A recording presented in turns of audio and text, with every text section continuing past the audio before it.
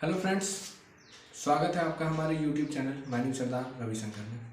Friends, ये video आपका full process रहने वाला है कि WCL का फॉर्म कैसे अप्लाई करना है, कौन कौन से इंपॉर्टेंट पॉइंट है जो लड़का नोटिफिकेशन में होते हुए भी अनदेखा कर देता है, वो हर एक पॉइंट को हम इस वीडियो में एकदम डिटेल में बताएंगे। तो स्वागत है आपका हमारे यूट्यूब चैनल में। सबसे पहले बता दें, WCL जो है वो वैकेंसी निकाला है 19/1/2023 को माइनिंग सरदार और सर्वेयर पोस्ट के लिए। माइनिंग सरदार ग्रेड सी का जो पोस्ट है उसके लिए क्या क्या चाहिए ये सबसे ज़रूरी है। उसके लिए आपको जो है वैलिड माइनिंग सरदार सर्टिफिकेट रहना चाहिए या फिर डिप्लोमा इन माइनिंग इंजीनियरिंग रहना चाहिए, वैलिड ओवरमैन सर्टिफिकेट रहना चाहिए, वैलिड गैस टेस्टिंग सर्टिफिकेट रहना चाहिए और वैलिड फर्स्ट एड सर्टिफिकेट रहना चाहिए। ये समझ जाइए कि पहले की एलिजिबिलिटी क्या क्या है, ये सर्टिफिकेट आपके पास होना चाहिए। ये सर्टिफिकेट, ये सब का कट ऑफ डेट कितना है तो बता दें फ्रेंड्स कि ये सब जो सर्टिफिकेट का एलिजिबिलिटी का कट ऑफ डेट है वो 19/1/2023 है और इसी 19/1/2023 को देखते हुए आपका सर्टिफिकेट अगर क्लियर है तो ही ये वैकेंसी में आपको जो है आगे जाके कंसीडर किया जाएगा, नहीं तो आपको कंसीडर नहीं किया जाएगा। कैंडिडेट जिसके पास रिस्ट्रिक्टेड सर्टिफिकेट है वो एलिजिबल नहीं है, ये बात को ध्यान में रखिएगा। जो भी स्टूडेंट के पास रिस्ट्रिक्टेड सर्टिफिकेट है वो एलिजिबल नहीं है। फर्स्ट एड जो है वो कोई ऐसा जगह से अप्रूव होना चाहिए, उस वहाँ से मिला हुआ रहना चाहिए जो DGMS अप्रूव है। कोई ऐसा जगह से फर्स्ट एड नहीं रहना चाहिए जिसका जिक्र जो है DGMS का अप्रूवल में नहीं है। अब बात आ जाता है कि प्रोबेशन पीरियड क्या होगा। तो प्रोबेशन पीरियड जो है फ्रेंड्स वो 6 महीना का रहेगा, मतलब 6 मंथ का आपका प्रोबेशन पीरियड रहेगा। उसके बाद आपको माइनिंग सरदार T&S ग्रेड सी में रखा जाएगा और NCWA 10th एग्रीमेंट के तहत, जिसमें ब्रैकेट में लिखा हुआ है जो रिवीजन होकर अगर 11 आएगा तो 11 के तहत रखा जाएगा। अब आ जाते हैं नेक्स्ट पॉइंट फ्रेंड की एज का क्राइटेरिया। एज का क्राइटेरिया को एक और पॉइंट के साथ हम समझाएंगे कि इसको कैटेगरी के साथ कैसे जोड़ना है। एज का क्राइटेरिया जोड़ने के लिए 19/1/2023 का डेट को फाइनल डेट माना गया है और मैक्सिमम एज जो है इसका 30 ईयर, मिनिमम एज जो है 18 ईयर्स है। अब अगर आप OBC के कैंडिडेट है तो आपको जो है रिलैक्सेशन मिलेगा 3 साल का, और अगर आप SC/ST के कैंडिडेट है तो आपको रिलैक्सेशन मिलेगा 5 साल का। बट यहाँ एक और कंडीशन लगता है जिसको आप ध्यान में रखिएगा कि अगर आप रिलैक्सेशन लेना चाहते हैं तो आपके पास पर्याप्त सर्टिफिकेट होना चाहिए, जैसे कि SC/ST का सर्टिफिकेट है तभी आप ले सकते हैं। ऐसा नहीं कि आप कैटेगरी में बस SC/ST सेलेक्ट कर दिए और आपको रिलैक्सेशन मिल गया लेकिन आप सर्टिफिकेट प्रोड्यूस नहीं कर पा रहे हैं या आपके पास सर्टिफिकेट जो था वो फर्जी निकल जा रहा है, तो आपका जो है वो रद्द माना जाएगा और ना ही आपको कोई एज बेनिफिट मिलेगा। सेम इसी तरह OBC से भी है कि अगर किसी के पास OBC का सर्टिफिकेट है लेकिन वो नॉन क्रीमी लेयर का नहीं है या कोई ऐसा OBC है जिसका जो परफॉर्मा में कंपनी डिमांड नहीं किया है, उस परफॉर्मा में आपके पास OBC है तो आप एज का बेनिफिट नहीं ले सकते। अगर कंपनी आपको एज बेनिफिट में दे करके फॉर्म अप्लाई करने का भी मौका दे दिया, आप एग्जाम क्लियर भी कर लिया और बाद में पता चलता है कि आपके पास जो OBC सर्टिफिकेट है वो वैलिड नहीं था उस समय, तो आपको ये एज रिलैक्सेशन का भी बेनिफिट उस समय नहीं मिलेगा। ये बात को ध्यान में रखिएगा और ये सबसे बड़ा कारण होता है जो स्टूडेंट को समझ में ही नहीं आता है कि मेरा फॉर्म SC/ST या OBC में डालने के बावजूद भी मेरा एडमिट कार्ड क्यों नहीं आया। यहाँ आपको समझ में आ गया सब कुछ। इसके बाद आ जाते हैं डेट ऑफ बर्थ जो है वो मैट्रिकुलेशन में जो रहेगा उसी को कंसीडर किया जाएगा, ये हमेशा ध्यान में रखिएगा। नेक्स्ट पॉइंट में आते हैं फ्रेंड्स कि सिलेक्शन प्रोसेस क्या क्या रहेगा। सिलेक्शन प्रोसेस जो रहेगा वो कम्प्लीटली आप जो मार्क्स लाइएगा उस पर डिपेंड रहेगा। जो आप रिटन टेस्ट में मार्क्स लेकर के आइएगा जो WCL के द्वारा कंडक्ट कराया जाएगा उसमें आप जो मार्क्स लाइएगा उसी के आधार पे आपका जो है सिलेक्शन प्रोसेस होगा। क्वेश्चन क्या आएगा तो क्वेश्चन जो है वो 100 नंबर का क्वेश्चन रहेगा, हर क्वेश्चन 1 मार्क्स का रहेगा और आपको 90 मिनट का टाइम दिया जाएगा। टेस्ट जो है वो मल्टीपल चॉइस क्वेश्चन में रहेगा। अगर ये ऑनलाइन मोड पे हुआ तो इसके बारे में तो कुछ नहीं है, लेकिन अगर ये ऑफलाइन मोड पे होता है तो यहाँ आप समझ जाइए कि ये ऑनलाइन मोड में भी हो सकता है और ऑफलाइन मोड में भी हो सकता है, ये कंपनी बाद में डिसाइड करके बताएगा। अगर एग्जाम ऑफलाइन मोड में होता है तो आपको क्वेश्चन बुकलेट मिलेगा जो हिंदी और इंग्लिश दोनों में रहेगा और साथ ही साथ आपको OMR शीट भी मिलेगा, ठीक है।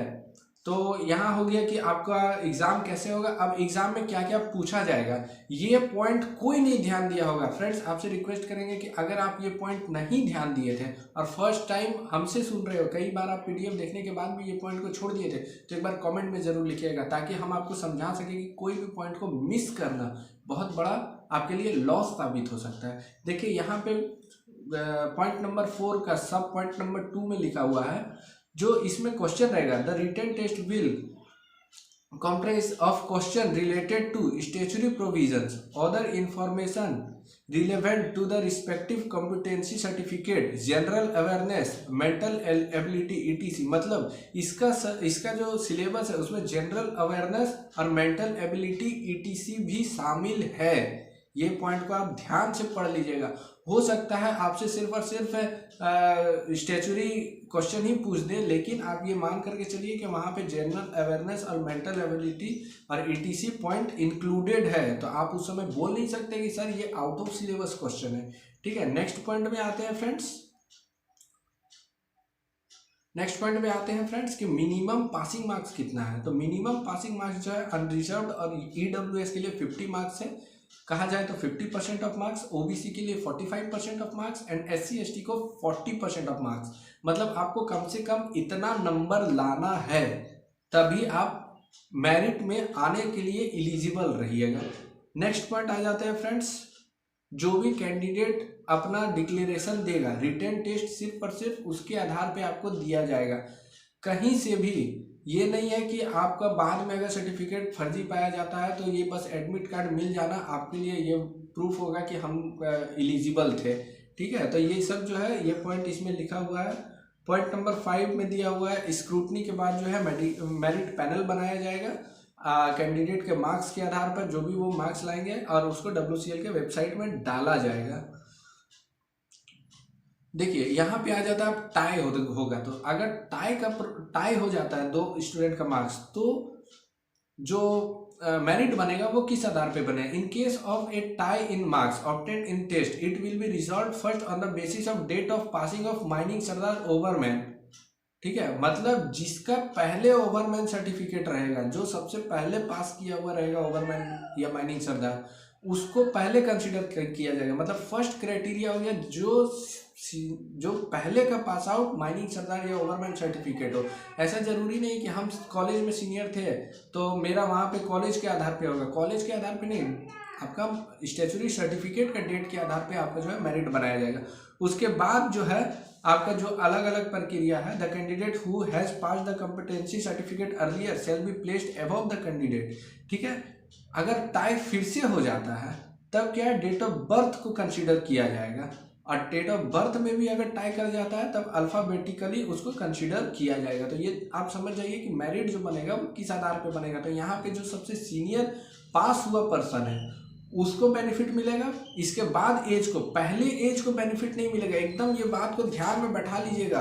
हर बार स्टूडेंट इस बात में कंफ्यूज हो जाता है कि हम सीनियर थे, मेरा उम्र ज़्यादा था, हम 30+ होने वाले थे, ये 29 के एज के, तो हम उसी मार्क्स में ऊपर रहेंगे। ऐसा नहीं है, आपका सर्टिफिकेट अगर सीनियर है, आपका सर्टिफिकेट अगर ज़्यादा पहले इशू किया हुआ है तो ही आपको जो है ऊपर कंसीडर किया जाएगा। नेक्स्ट पॉइंट में आ जाते हैं फ्रेंड्स,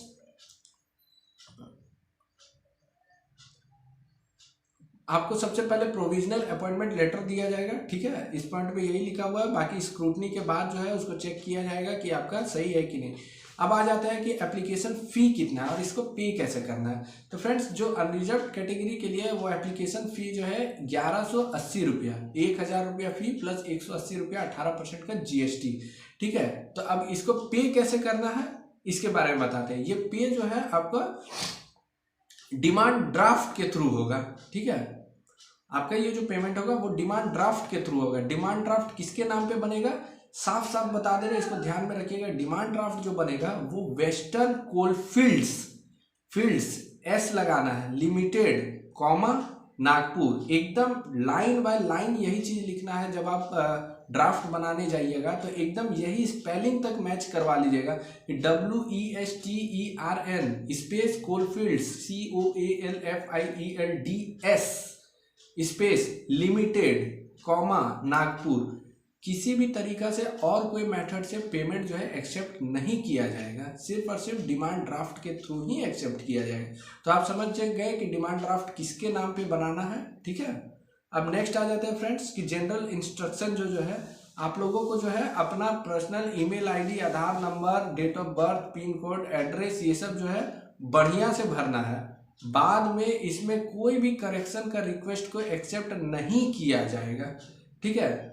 कैंडिडेट को सिर्फ और सिर्फ एक एप्लीकेशन सबमिट करने के लिए एडवाइस किया जाता है, ठीक है। मल्टीपल एप्लीकेशन के कंडीशन में such application are liable to be rejected, मतलब रिजेक्ट किया जा सकता है, रिजेक्ट ही कर दिया जाएगा ऐसा नहीं है, लेकिन आप मल्टीपल डालिएगा तो हो सकता है कि आपका रिजेक्ट हो सकता है। फॉर विच, और इस वजह के लिए सिर्फ और सिर्फ कैंडिडेट रिस्पॉन्सिबल होगा, कंपनी किसी तरह से जिम्मेवार नहीं होगा, ठीक है। नेक्स्ट पॉइंट में आ जाते हैं फ्रेंड्स। इसके बाद एक्सेप्शंस और रिजेक्शंस का जो पावर है WCL मैनेजमेंट अपने पास रखता है। और इसके बाद जो जो मेन इंपॉर्टेंट पॉइंट है वो फ्रेंड्स बता देते हैं। आपको सिलेबस के बारे में ऑलरेडी बता दिए। किसी भी तरीका से एजुकेशनल क्वालिफिकेशन और टेक्निकल क्वालिफिकेशन में किसी तरह का रिलैक्सेशन किसी भी कैटेगरी को नहीं है, ठीक है। CGPA का जहां तक बात हो जाता है उसमें जो है आपको प्रूफ दिखाना पड़ेगा। Equivalent percentage of marks must be indicated in the application form as per the norms adopted by board and documentary proof of such norm. जैसे कि अगर आपका CGPA 8 आया है, उसका फैक्टर 9.5 है, तो आपको दिखाना है कि 9.5 फैक्टर मेरा चल रहा है, ताकि CGPA को परसेंटेज में बदला जा सके।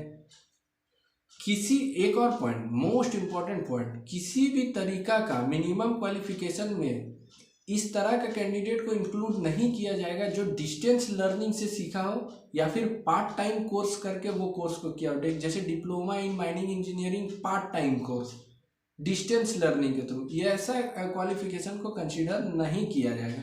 कैंडिडेट जो है must upload, candidate should also upload valid caste और category certificate along with the online application. देखिए, जब आप कैटेगरी के थ्रू जब एप्लीकेशन डालिएगा तो अपना कैटेगरी को सही चुनिएगा। इफ नो कास्ट और category certificate is uploaded with the application, अगर आप चुनने के बाद कास्ट सर्टिफिकेट को अपलोड नहीं करते तो आपको जो है जनरल कैंडिडेट के रूप में कंसीडर किया जाएगा। और बाद में किसी भी तरीका का कैटेगरी चेंज करने के लिए कोई रिक्वेस्ट जो है बाद के प्रोसेस में एक्सेप्ट नहीं किया जाएगा। वैकेंसी जो है जो OBC के लिए रिजर्व है वो OBC नॉन क्रीमी लेयर के लिए रिजर्व है, ना कि OBC क्रीमी लेयर के लिए। तो इस बात का भी ध्यान रखिएगा। और OBC कैटेगरी का जो सर्टिफिकेट है वो जो है आपको वैलिड, आपको जो है साथ में सर्टिफिकेट को जो है सबमिट भी करना है, अपलोड भी करना है। And also submit the same at the time of document verification, मतलब जो आप अपलोड कीजिएगा वही आपको जो है डॉक्यूमेंट वेरिफिकेशन के समय भी दिखाना पड़ेगा, ठीक है। और नेक्स्ट में आ जाते हैं the caste certificate EWS category certificate will be, हाँ, the caste certificate EWS certificate या category certificate submitted by the candidate will be verified from the issuing authority. मतलब अगर आप जो भी DC से इशू करवाए या SDM से करवाए या CO से करवाए तो उसके पास जो है चेक होने के लिए जाएगा। और अगर ये जेन्युइन नहीं पाया जाता है तो आपका बाद में भी नौकरी को रद्द किया जा सकता है, ठीक है। नेक्स्ट पॉइंट में आ जाते हैं। कैंडिडेट किसी भी तरीका का मिसकंडक्ट के लिए अगर पाया जाता है तो उसको रिक्रूटमेंट प्रोसेस से वहीं पे बाहर कर दिया जाएगा। जैसे इसमें क्या क्या हो जाता है हम बता दें।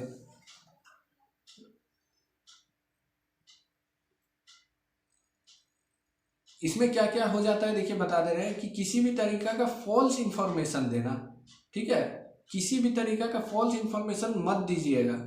इसके बाद क्या आ जाता है फ्रेंड, नेक्स्ट पॉइंट में आ जाता है कोई भी डिटेल जो है वो आपका जो है WCL के वेबसाइट के थ्रू ही आपको दिया जाएगा, कोई अन्य वेबसाइट पे आप जो है विश्वास नहीं कीजिएगा।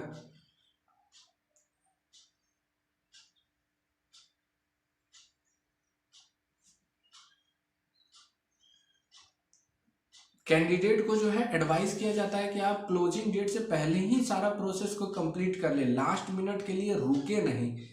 और जो पहले से गवर्नमेंट या सेमी गवर्नमेंट या पीएसयू में काम कर रहे हैं उनको नो ऑब्जेक्शन सर्टिफिकेट प्रोड्यूस करना पड़ेगा, ठीक है।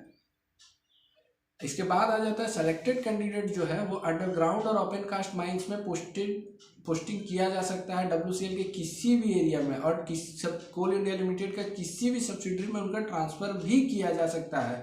तो इसमें कोई बाध्य नहीं है कि आप जहाँ ज्वाइन कर, आपको यहाँ पे मन है तो यहीं ज्वाइन कीजिएगा। आपको जो है कंपनी के अंदर में कंपनी का रूल्स के हिसाब से कहीं पे भी आपको पोस्टिंग दिया जा सकता है। इसके बाद आ जाता है फ्रेंड्स, आपको जो टेस्ट देने आना है वो अपना खर्चा पे आना है। SC ST कैंडिडेट को नॉन AC सेकेंड क्लास का जो भाड़ा है उसको रिसिप्ट देने पे आपको जो है वापस मिलेगा।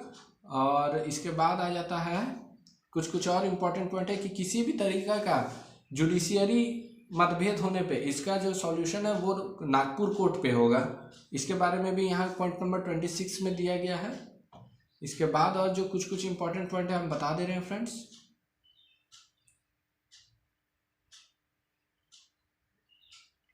जो भी कैंडिडेट बिलोंग्स करते हैं SC ST OBC ex serviceman से शुड सबमिट सेल्फ अटेस्टेड, ध्यान से सुनिएगा, सेल्फ अटेस्टेड कॉपी। इसको पॉइंट आप पेज में लिख के रखिए। आपको जो हम बता रहे हैं उसमें से जो इंपॉर्टेंट पॉइंट बता रहे हैं उसको लिख के रखिए, ये वाला पॉइंट इंपॉर्टेंट है। Should submit self attested copy of valid certificate issued by the competent authority to the effect along with the application. OBC candidate are required to submit latest other backward caste certificate.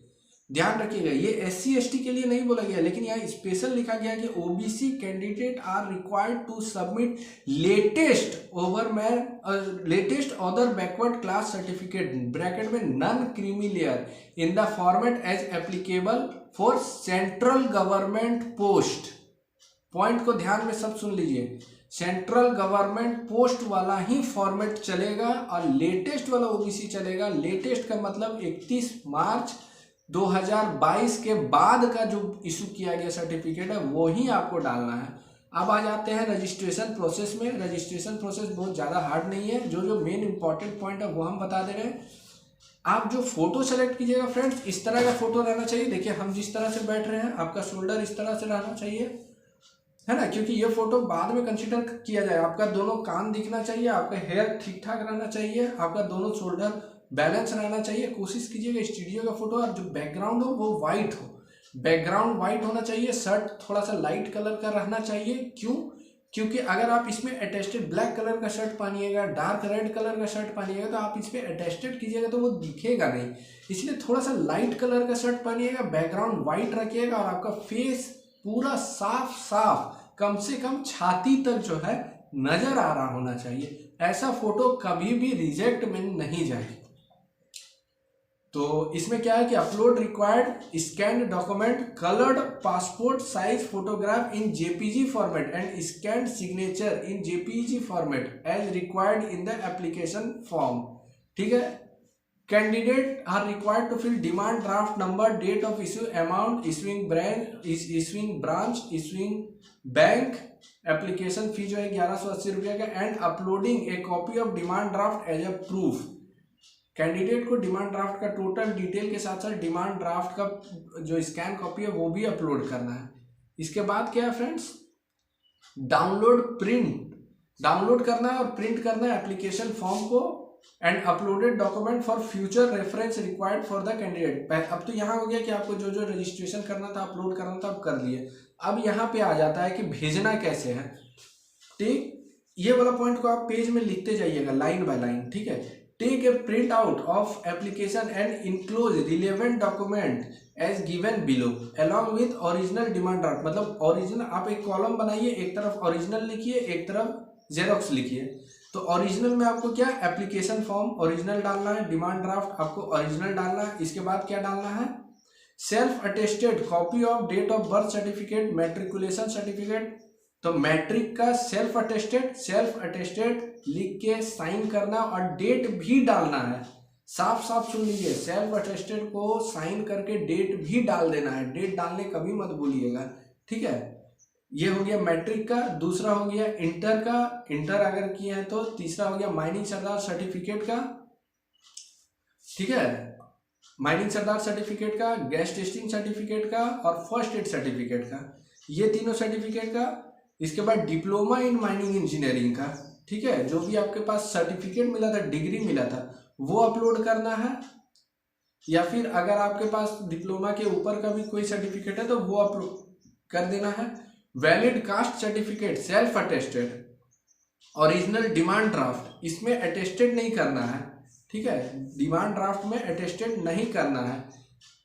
लेकिन हम सावधानी के लिए बोलेंगे कि demand draft के साथ आप एक पेपर में अपना नाम सब कुछ लिख के, एप्लीकेशन नंबर लिख के वो डिमांड ड्राफ्ट के साथ स्टेपलर कर दीजिएगा, ताकि वो डिमांड ड्राफ्ट अगर अलग भी हो जाए तो वो स्टेपलर के साथ आपका नाम उसमें जुड़ा हुआ रहे, ठीक है। इसके बाद आ जाता है, ये दोनों तो 11-12 नंबर पॉइंट जरूरी नहीं है आपके लिए।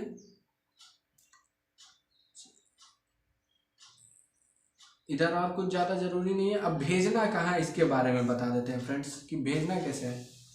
और एक बात फ्रेंड्स, कि जो आप एप्लीकेशन फॉर्म और अपलोडेड डॉक्यूमेंट जो आप भेजिएगा उसका जो है आप एक जेरोक्स कॉपी जरूर रख लीजिएगा, और जेरोक्स जो कराइएगा सेल्फ अटेस्टेड कराने के बाद करवाइएगा, ताकि आपके पास ये प्रूफ रहे कि आप भेजे क्या क्या थे। एक बार भेजने से पहले हर डॉक्यूमेंट का जेरोक्स करा, यहाँ तक कि इन्वेलप में क्या एड्रेस लिखे इसका भी आप जो है जेरोक्स करा के रख लीजिएगा।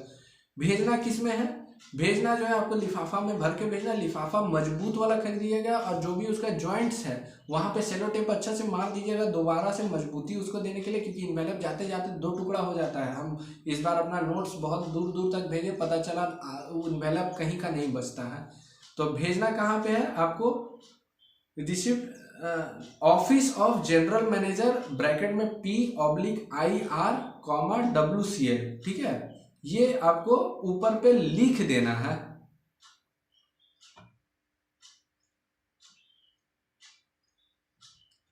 ये जो है आपका फ्रेंड्स ऑनलाइन क्लोजिंग डेट 10 फरवरी है, और एप्लीकेशन स्पीड पोस्ट के थ्रू मिल जाने का डेट 20/2/2023 है। तो इस सब पॉइंट्स को आप एकदम ध्यान में रखिएगा, अगर ध्यान में नहीं रखिएगा तो आपका गड़बड़ा जाएगा। उम्मीद है फ्रेंड्स आपको टोटल डिटेल इस वीडियो के माध्यम से क्लियर हो गया होगा। सेल्फ अटेस्टेड कहाँ करना है, किन किन डॉक्यूमेंट में करना है, समझ में आ गया होगा। जो सेल्फ अटेस्टेड करना है फ्रेंड्स, एक और चीज़ की, जो आपका एप्लीकेशन फॉर्म निकलेगा उसमें आपको फोटोग्राफ चिपकाना है कहीं, समझिए, आपका जो निकलेगा वो एप्लीकेशन फॉर्म, उसमें आपको अपना फोटोग्राफ चिपकाना है। एक मिनट, वो पॉइंट को हम दोबारा पढ़ देते हैं अगर मिल जाए तो।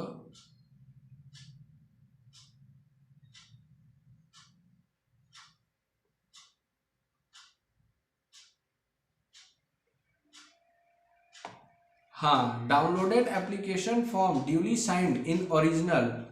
आप एप्लीकेशन फॉर्म को डाउनलोड कीजिएगा, वहाँ सिग्नेचर का अगर ऑप्शन होगा तो वहाँ सिग्नेचर कर देना है, और इसके बाद सेल्फ अटेस्टेड लेटेस्ट फोटोग्राफ जो आपको है वो चिपकाना भी है। इसलिए आपको बताएं कि शर्ट का कलर लाइट रखिएगा, और तो इसमें कुछ विशेष नहीं है। जो जो सेल्फ अटेस्टेड करना हम बता दिए। सेल्फ अटेस्टेड करने का तरीका, सेल्फ अटेस्टेड लिखना है, अपना नाम या सिग्नेचर लिखना है, और इसके बाद जो है उसके नीचे डेट मार लेना है। उम्मीद है फ्रेंड्स इस वीडियो को देखने के बाद कोई भी तरह का दिक्कत नहीं होना चाहिए आपको। कोई भी दिक्कत हो तो आप कमेंट में हमको बताइएगा, हम उसका भी सॉल्यूशन कर देंगे। इसके साथ ही फ्रेंड्स आपको किसी भी तरह का कोई दिक्कत हो तो आप बेझिझक हमको वर्किंग आवर में कॉल कीजिएगा फ्रेंड्स। कुछ फ्रेंड जो है 2 बजे रात 3 बजे रात को कॉल कर देते हैं, हम इमरजेंसी को समझते हैं फ्रेंड्स आपका, लेकिन देखिए हमारा भी पर्सनल लाइफ है, इस तरह से डिस्टर्ब करना उचित नहीं होता है। आप जो है वर्किंग आवर पे कॉल कर सकते हैं हमको, और नॉन वर्किंग आवर पे आप हमको SMS या फिर व्हाट्सएप कर दिया कीजिए, ठीक है। आपका बहुत मेहरबानी होगा कि अगर आप हमको नाइट के टाइम पे डिस्टर्ब ना करें तो। बाकी हम अवेलेबल 24 आवर है आपके लिए। कोई भी तरह का अगर दिक्कत हो तो हम चाहते हैं इस बार कोई भी स्टूडेंट को दोबारा फॉर्म भरने का ज़रूरत नहीं पड़ना चाहिए, क्योंकि NCL में कोई स्टूडेंट ना 3 बार 4 बार फॉर्म भरा है। तो इस बार ये गलती ना हो, इसलिए ये वीडियो जो है स्पेशल आप लोगों के लिए बना रहे हैं। वीडियो अच्छा लगा है तो एक बार नीचे कमेंट में ज़रूर बताइएगा। मिलते हैं नेक्स्ट वीडियो में फ्रेंड्स, तब तक के लिए जय हिंद।